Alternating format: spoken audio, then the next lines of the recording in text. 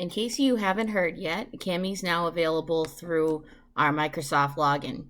If you are on the office.com page where you have your email up, and this is the same for students, if you go to the Waffle or the apps launcher, Cammy now appears right here. This isn't the district that did this, it is Cammy itself. I've been following its Microsoft integration process. So Cammy should appear here. If it doesn't, click all apps and then search, and then it'll come up.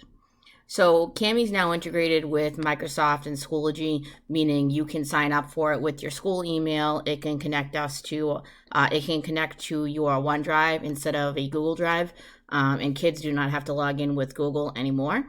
Unless you want to keep it that way. But so what happens when you click that button is it brings you to Cammy website, and it's now has, instead of just Google and with email, it has with Microsoft. So if you click on that, you're going to see your Microsoft login. Should be the same for the kids.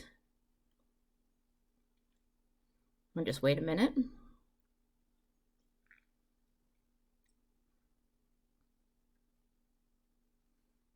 So now you're going to see, if you've been on Schoology already, you would have noticed that this OneDrive option was not here. Now it is.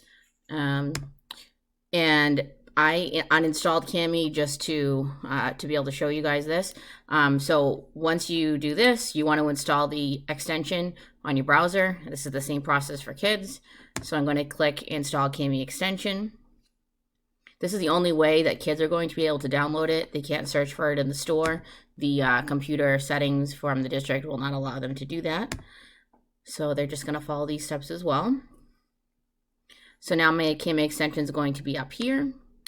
What I want to do next is make sure I can always see that Cammy extension. So I'm going to click my puzzle piece extensions, and I'm going to pin it. And then it'll be there for you at any time. And then you can access Cammy right here.